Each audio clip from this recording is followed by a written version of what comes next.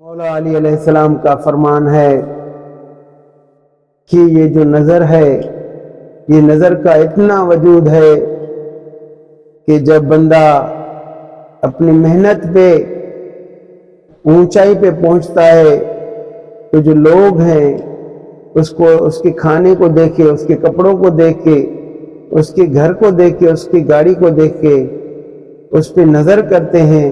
یہ نظر بہت خطرناک چیز ہے۔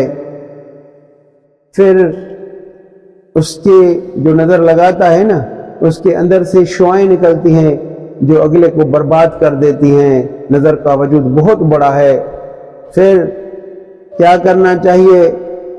وہ یہ کرنا چاہیے کہ 7 مرتبہ الحمد شریف اور 7 مرتبہ سورہ کوثر، 7 مرتبہ سورہ اخلاص، اس کے ساتھ جو ہے 3 اور کل 4 کل پڑھ کے اور پانی پہ دم کر کے اپنے آپ کو بھی مارنے ہیں اور پینے بھی ہیں، تو اس طرح جو ہے نظر کا وجود کٹ جائے گا اور بندہ صحیح سلامت ہو جائے گا۔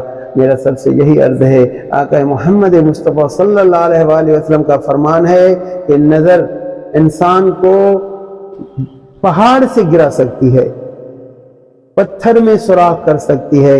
اسی لیے نظر سے بچنا ہے تو اللہ کے قرآن کا سہارا لینا ہے۔ اللہ کے قرآن میں شفا ہے، اللہ کا قرآن حکمت سے بھرا پڑا ہے۔ آپ اللہ کے قرآن کا سہارا لو اور اپنے آپ کو نظر سے بچاؤ۔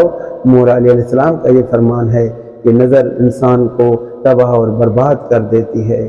یہ میرے میسج کو زیادہ سے زیادہ لوگوں تک پہنچاؤ کہ لوگ جو ہے نظر سے بچ جائیں اور ہمیشہ شاد اور آباد رہیں اور مسکراتے رہیں۔